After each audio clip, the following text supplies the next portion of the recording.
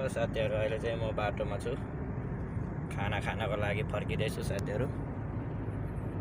यो चाहिँ म हो, मेरो भिज यस्तो छ। अहिले चाहिँ जाँदै हो बाटोमा साथीहरू। समुद्र भयो।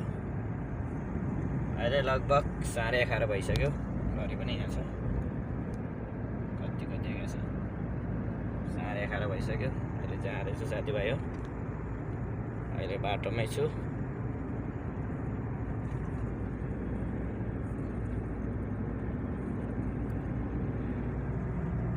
यस्तो छ भ्यूज। यो पछाडिको समुद्र फेरि यो बाटो भयो। हामी यही बाटोबाट आउने जाने गर्ने हो। दिनमा 5-6 चोटि गर्नुपर्छ कहिले यही बाटोमा। धेरै लामो त छैन, 20-25 किलोमिटर छ त्यस्तै। यो चाहिँ म हो, मेरो लुक्स चाहिँ यस्तो छ। यो चाहिँ बाटो।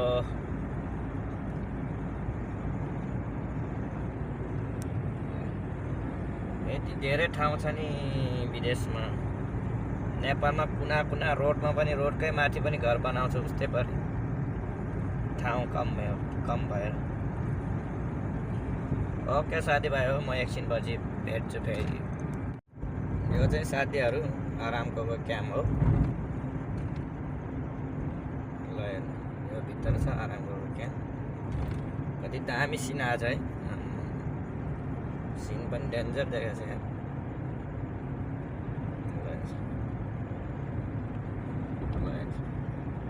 भ्यूज चाहिँ दामी छ क्या।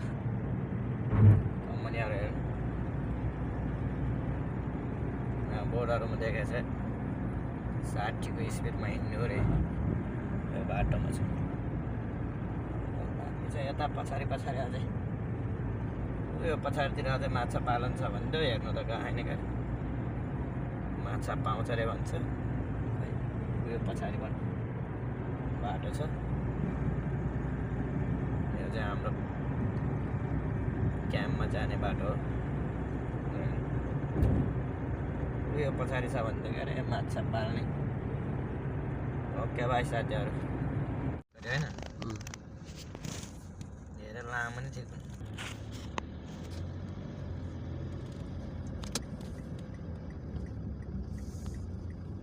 माछालाई फोन गरेर बाटो यस्तो छ जुबेलको बजार।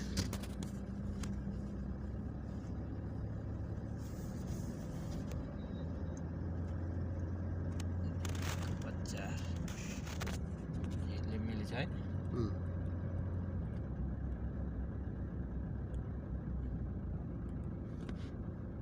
चलबल भनेको यही बाटो।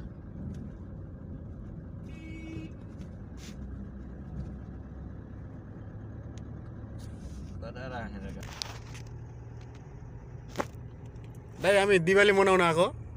दिवाली मनाउने भनेको तर के गाडी कहाँ राख्ने हो, पार्किङै भेटेन। अब पार्किङ त अब हेर्नुपर्छ।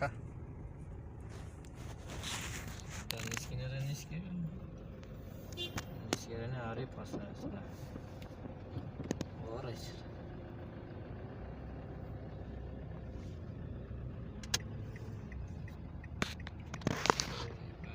होइन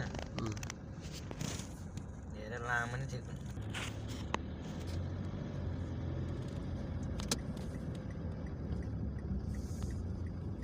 माछालाई फोन गरेर बाटो यस्तो छ जुबेलको बजार।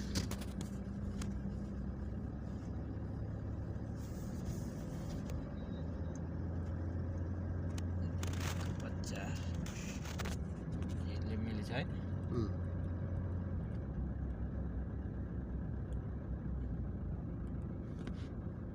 चलबल भनेको यही बाटो।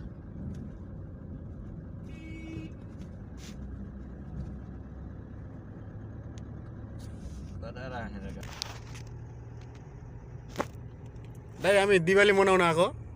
दिवाली मनाउने भनेको तर के गाडी कहाँ राख्ने हो, पार्किङै भेटेन।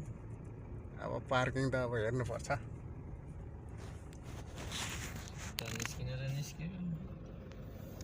निस्केर नै हरै फस्छ जस्तो हो